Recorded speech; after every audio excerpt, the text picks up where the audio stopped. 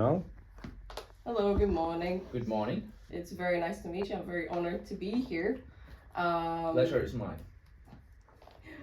I'm sure it's mine. Can you Depends on the introduce questions. yourself a little bit? Yes, so my name is Risto Turunen and I'm the national coordinator for DARIAH-FI. That is the short introduction. That is already very powerful of a statement. Can you tell us a little bit about your background and how you got to be DARIAH-FI's national coordinator? Yes, sure. So I defended my doctoral thesis in history 2 years ago, and I specialized in digital history. I was using a lot of machine-readable newspapers produced by the National Library in my thesis. So I see this position as the national coordinator for DARIAH-FI as a continuation of that data-intensive research that I did already in my PhD, because this is precisely the goal of DARIAH-FI. We try to help people doing digital humanities in Finland to make better research. Right, so you said that DARIAH-FI exists to help people in the digital humanities research, but can you say a little bit about how that works, what you actually do in DARIAH-FI to speed up the process and help people? You mean I as the coordinator, or you we as the coordinator, and also the bigger picture, what other things are done there? So the coordinator is responsible for internal and external communication. So we have a lot of people from different universities, from different cultural organizations, memory organizations.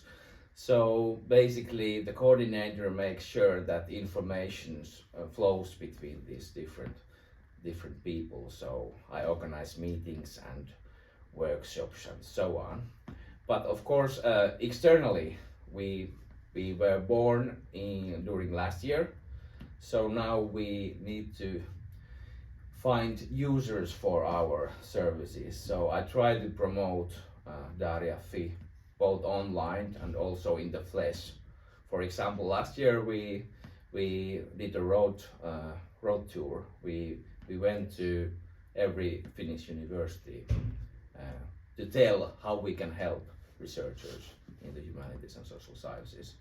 But what does it mean in practice? What can DARIAH-FI offer the researchers?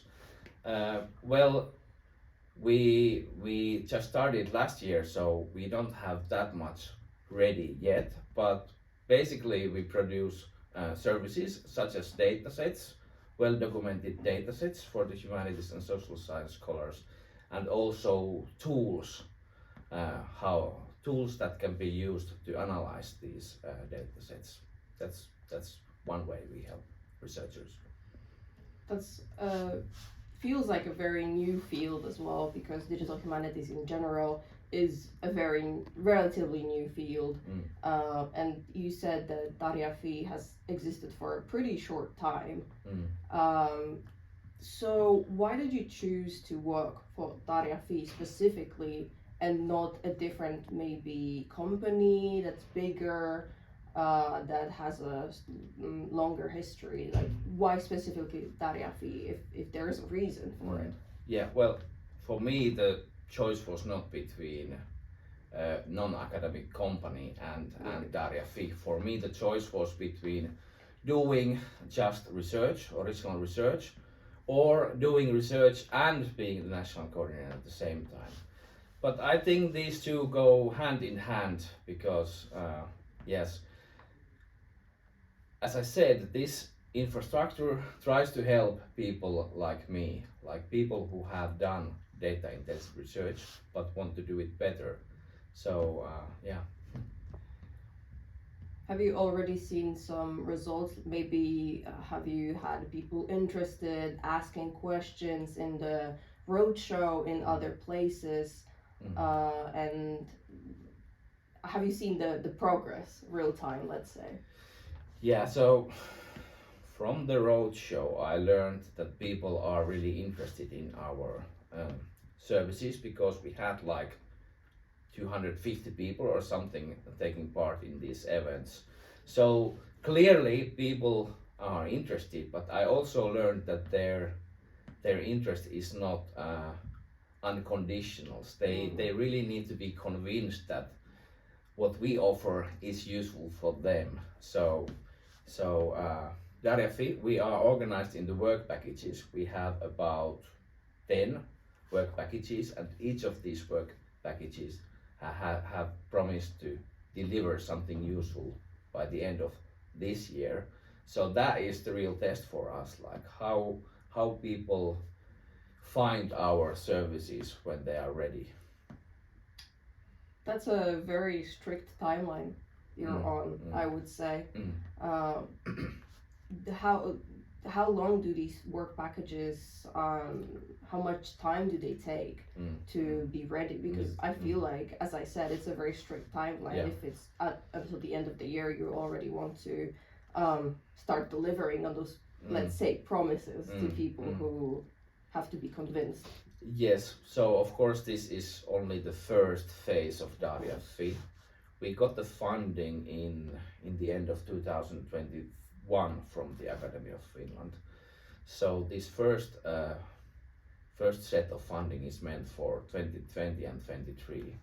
So, but of course we want to apply for more infrastructure funding. These problems we are trying to solve, they are quite challenging, and they are just the first set of problems.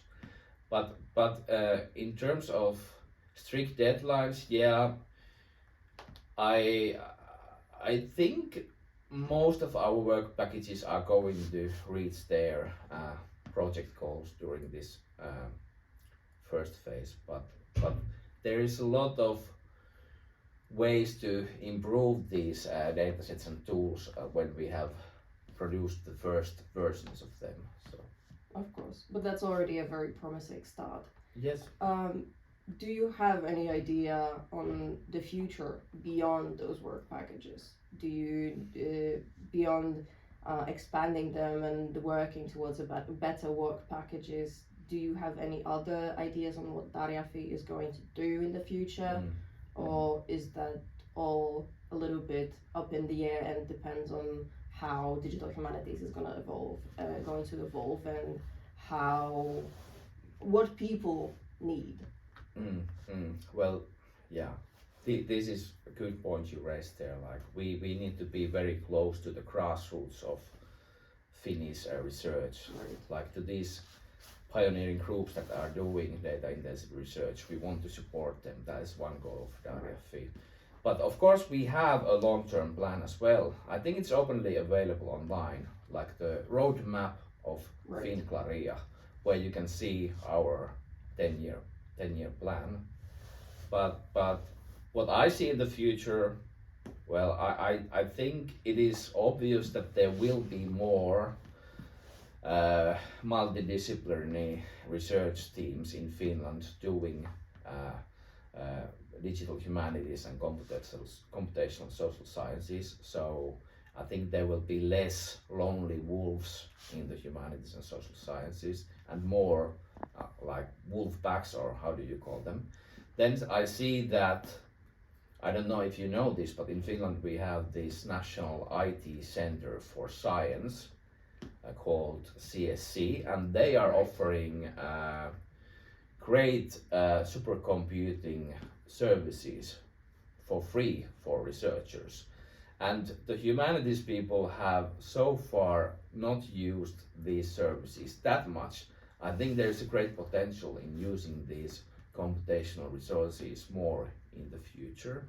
And then thirdly, if I look at my crystal ball, I think these large language models that you see in the news like every day, a lot of hype around them, but I see that they could lead to real research breakthroughs in the near future. And I think DARIAH-FI can support Finnish research in this area by funding these groups that are building large language models, especially for Finnish language.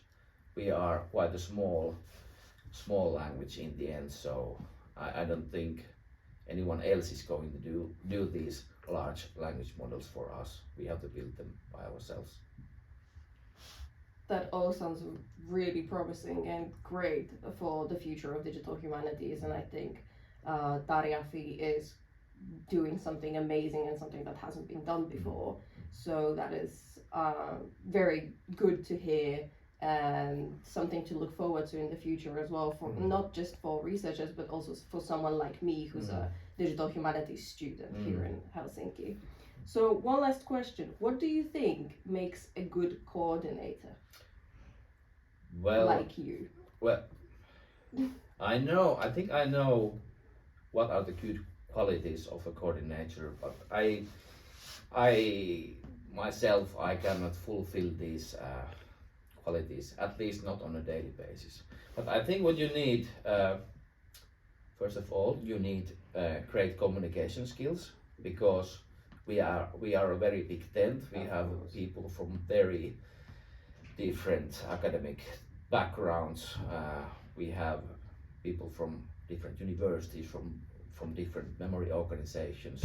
Librarians speak differently than historians, and historians speak differently than computer science people. So you must have this flexibility. You must understand many kinds of different languages.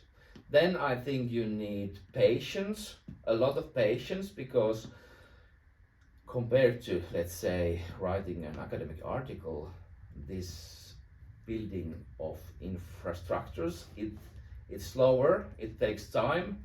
So yeah, you need patience. And maybe the most important quality is that you have to believe in this. You have to be interested in the future of the humanities and social sciences. So passion. Yeah, passion, motivation, they are needed. Yeah, that does make a lot of sense, and you seem very passionate about what you do. So I can't, you said that you don't fulfill these qualities on a daily basis, but I feel like some days maybe. I think that applies to everyone. Thanks. You can't be 100% or 1,000% of everything all the time, but I do believe that if you have the passion most of the time and you fulfill these qualities a lot of the time, then that is a great foundation. And maybe I can say in the end that it is precisely people like you that we want to serve. You said that you are doing a master's in digital humanities. Yes, so that's correct. These kind of people we need more in the future. Well, it definitely seems like there is more and more people interested in digital humanities, and more people coming to study digital humanities, specifically in Finland. So I feel like there is great potential there, and many people will definitely benefit from DARIAH-FI. And you are the core of communications and making sure that people know what it is and know how to use it. And I think that is amazing, and I'm very grateful again, and the honor is mine to be able to talk to you about this a little bit. So thank you very much. Thank you. This was a very nice interview. It was very nice for me, and I hope for all the best for you and for DARIAH-FI as well. And I hope we can cross our paths more often and talk about not just DARIAH-FI, but digital humanities in general and the future of it. Yeah, Thank sounds you. good. Thank you very much. Thank you very much. Yes.